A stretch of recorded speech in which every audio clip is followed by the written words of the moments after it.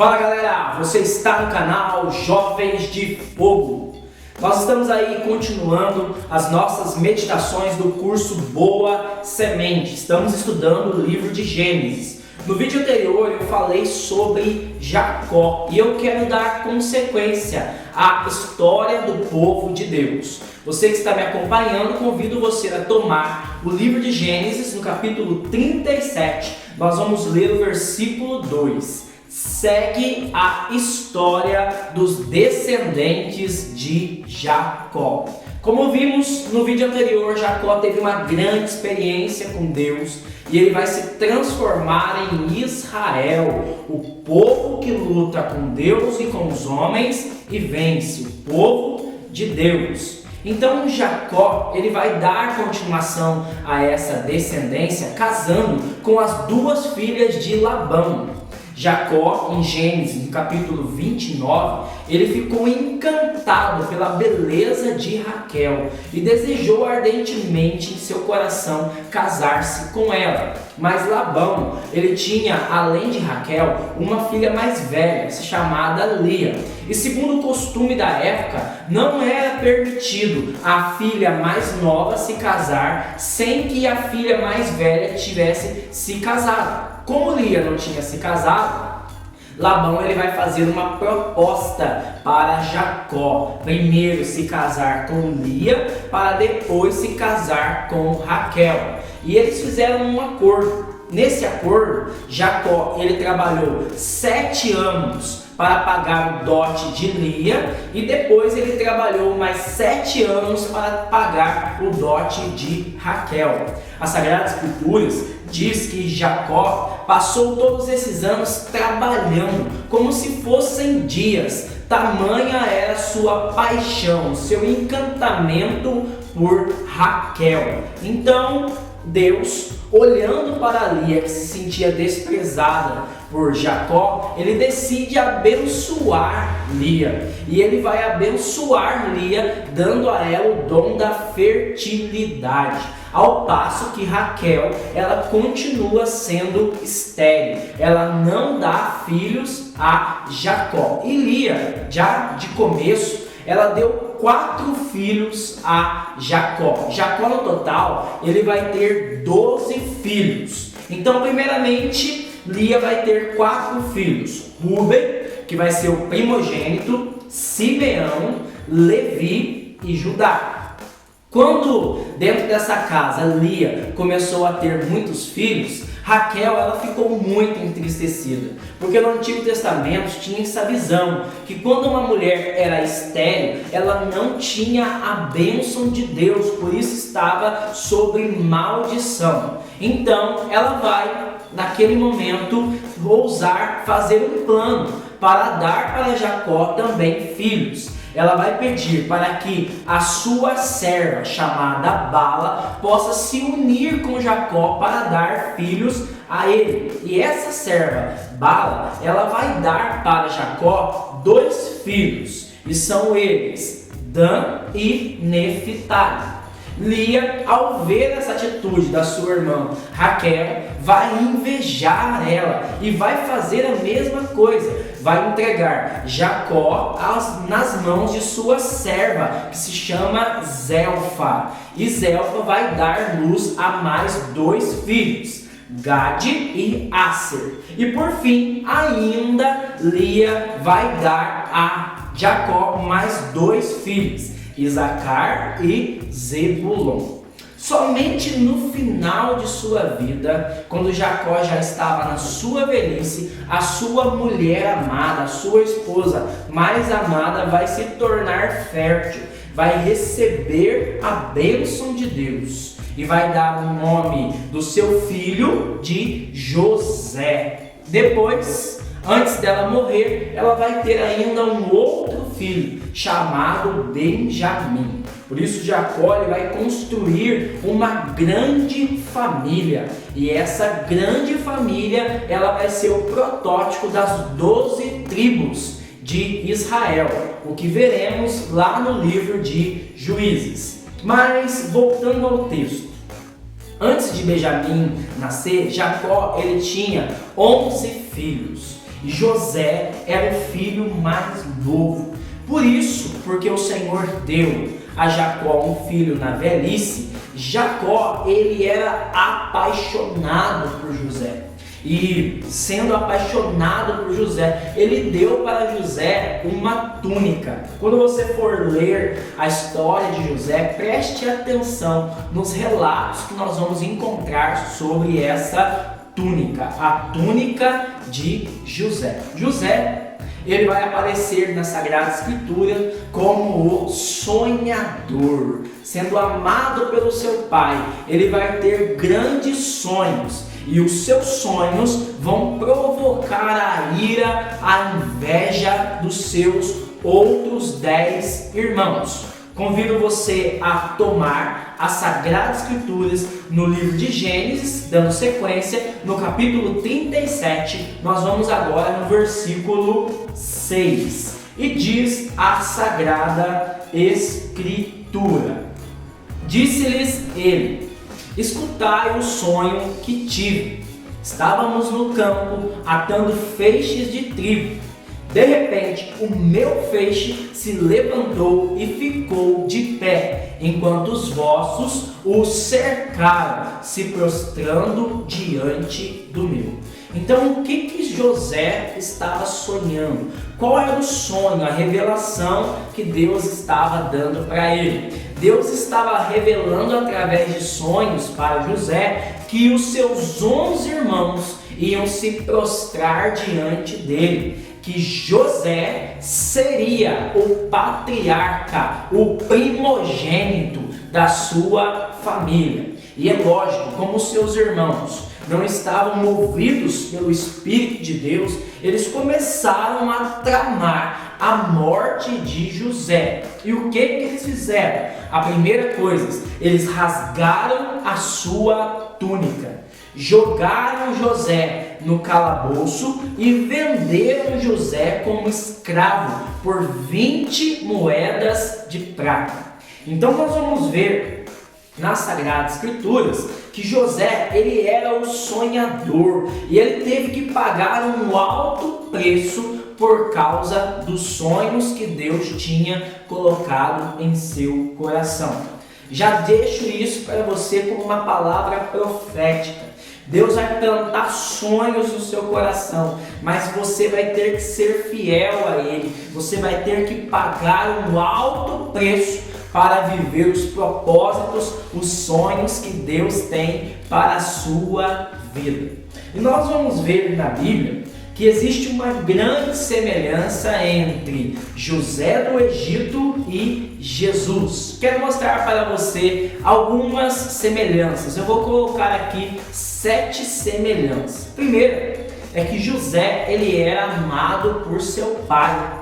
Nós vamos ver que Jesus é amado pelo Pai. Quando Jesus é batizado no Rio Jordão, ele vai ouvir uma voz que vem do céu: Este é o meu filho amado, nele está todo o meu agrado. Segundo, José ele foi traído pelos seus irmãos. Nós vamos ver que Jesus ele vai ser traído também por Judas, um dos seus, aqueles que estavam mais perto dele. Terceiro, José foi vendido por 20 moedas de prata. Está lá em Gênesis, no capítulo 37, no versículo 28. Nós vamos ver no Evangelho de Mateus, no capítulo 26, no versículo 15, que Jesus também foi vendido por 30 moedas de pratas por Judas. Uma quarta consequência é que José ele foi levado ao Egito. Nós vamos ver no início da vida de Jesus, porque Herodes queria matá-lo, então José, o pai de Jesus, também vai levar Jesus para o Egito, se cumprindo aquilo que está escrito na Escritura, em Oséias, no capítulo 11, no versículo 1. Do Egito te chamei de meu filho.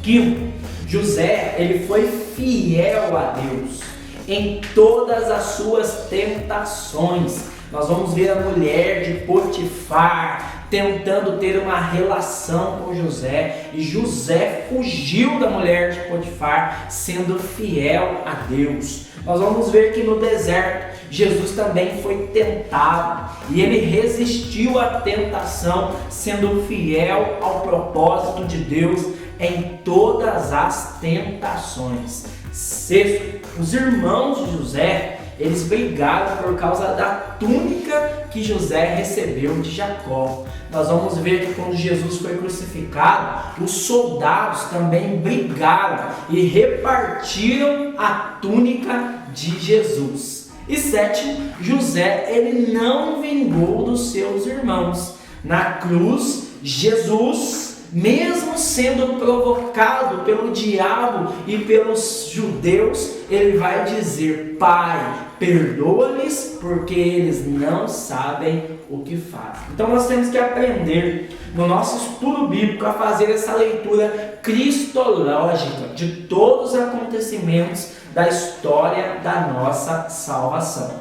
Retomando, José, então ele vai ser levado para o Egito e ele vai ser vendido para Potifar, que era o oficial do faraó. Mas a Bíblia diz que Deus estava com ele e o abençoou.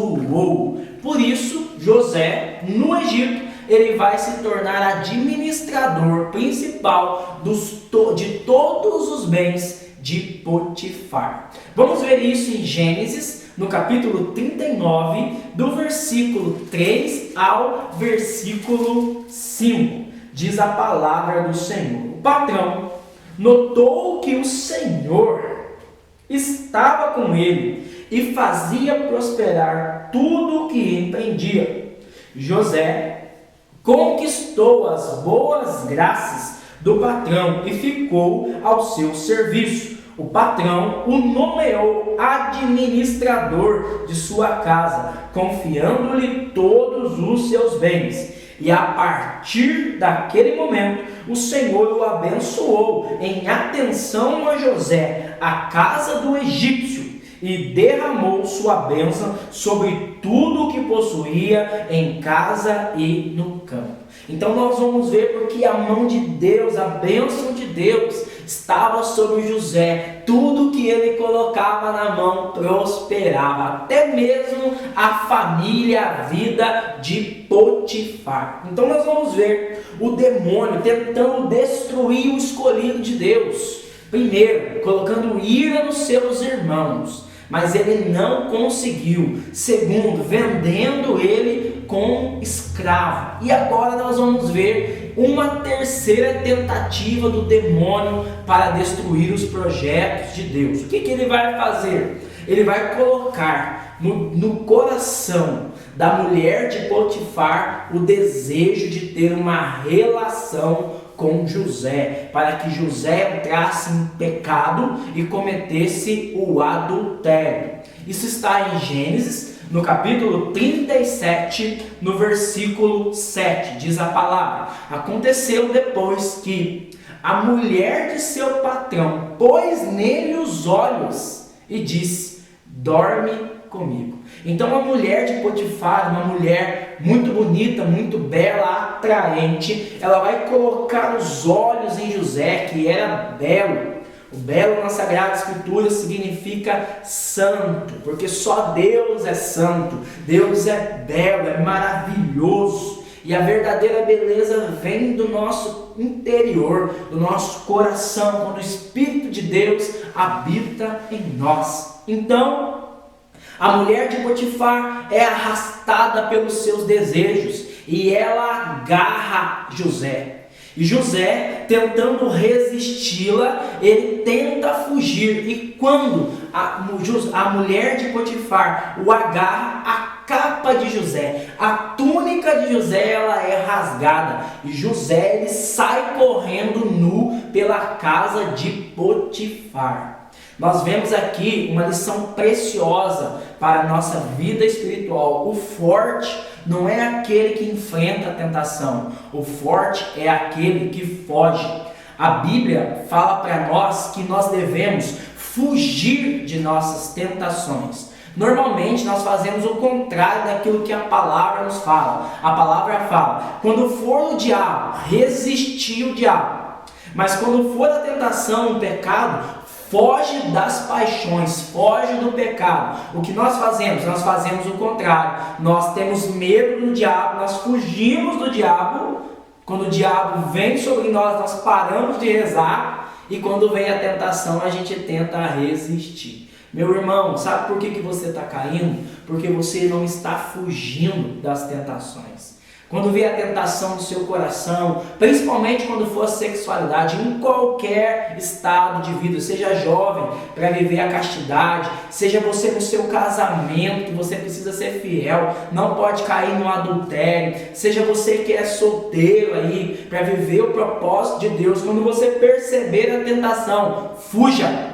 Quando você perceber que é um ataque do próprio inimigo, que é o diabo, tentando fazer você parar de rezar, resista a ele, orando, buscando a palavra de Deus, e o teu Deus, que é maravilhoso, vai fazer como José e vai te dar vitória no meio de todas as tentações. Então José, ele vai ser fiel a Deus. Se nós formos fiéis um pouco, o Senhor fará muito mais. Então a mulher de Faraó, de Potifar, ela vai contar para Potifar que foi o contrário, que foi José que tentou agarrá-la e ela resistiu a essa tentação. Potifar vai prender novamente José e José vai ficar preso por mais 2 anos. Lá na prisão, o Faraó começa a ter sonhos. E os seus sábios, os seus feiticeiros, eles não conseguem interpretar os sonhos do faraó. O faraó manda matá-los. Lá no cárcere, um daqueles homens que estavam presos e viriam a ser mortos, contam esse relato para José. O que José faz? José, ele vai rezar. Por que José vai rezar? Porque José sabe que quando nós nos colocamos em oração, Deus revela para nós todos os enigmas que estão sendo produzidos no coração dos homens. Lá em Gênesis, no capítulo 40, no versículo 8, a palavra do Senhor fala: José disse: por acaso não cabe a Deus a interpretação dos sonhos? Então José, ele vai buscar a face de Deus, Deus vai revelar para ele de forma precisa qual é o sonho que o faraó está tendo, e José vai ao faraó e revela para ele qual é o significado dos sonhos. Você vai encontrar na Bíblia que o faraó, ele vai ter sonhos e ele vai ser atormentado por esses sonhos. O sonho das 7 vacas magras, das 7 vacas gordas. As vacas magras comem as vacas gordas e continuam magras. E o faraó, ele fica atormentado. E José vai dar a interpretação desse sonho, falando que a terra sofrerá 7 anos de abundância e depois 7 anos de carestia. Então José vai falar para o faraó, nesses anos de abundância, a juntar trigo no celeiro, para que nos anos de carestia possa ter em abundância. E todas as civilizações da terra possam ir ao Egito para buscar esta mercadoria. Então, o faraó vai ficar impressionado com a sabedoria de José e vai o nomear como governador de todo o Egito. José estava somente abaixo do faraó, que se colocava acima dele. O que vai acontecer nesse momento? O faraó vai dar autoridade a José. Todo aquele que fosse aproximar de José deveria se ajoelhar, se prostrar. Então, quando vem esse momento de fome sobre a terra, somente o Egito está guardando os materiais no celeiro. Somente no Egito não há carestia, por causa da mão de Deus que estava com José. E é nesse momento que os irmãos de de José, que achavam que eles estavam mortos, saem da sua terra e vão para o Egito para comprar alimento, porque eles estavam passando fome. E é nesse momento que José reconhece os seus irmãos. Quando os irmãos de José chegam diante daquele homem que era o governador do Egito, eles se prostram. E no momento que eles se prostram, cumpre-se o sonho que Deus dava a José na sua infância. Todos os seus irmãos irão se prostrar diante de você. José reconhece os seus irmãos, não vinga sobre eles por causa de sua traição, mas decide os abençoar e manda que eles voltem para Canaã, que busquem o seu pai Jacó e tragam toda a sua família para o Egito. Jacó e sua descendência, eles vão permanecer no Egito por 400 anos. E José, ele vai reconhecer que tudo aquilo que aconteceu na sua vida é porque Deus tinha algo maior para ele. Quero que você leia ali comigo, no último capítulo de Gênesis, no capítulo 50, no versículo 19. José lhes disse: não tenhais medo. Eu estou por acaso no lugar de Deus? Vós planejastes fazer o mal contra mim. Deus, porém, converteu em bem. Quis exaltar-me para dar vida a um povo numeroso, como hoje estáis vendo.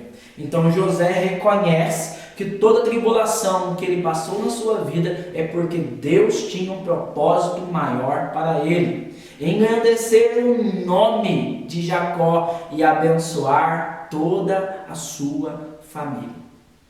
Que você leia, que você medite, que você reze e comece a observar os sonhos que Deus tenha plantado em seu coração e persevere no meio da tribulação, porque mesmo que você esteja passando por algo de mal, Deus sabe, até mesmo dos males da nossa vida, tirar algo maior.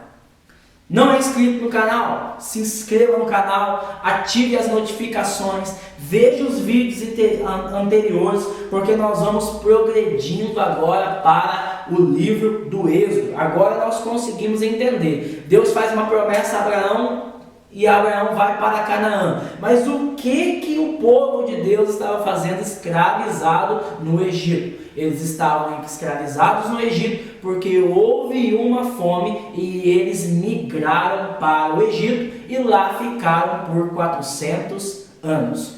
Deus abençoe você, a paz e Pentecostes. Fogo!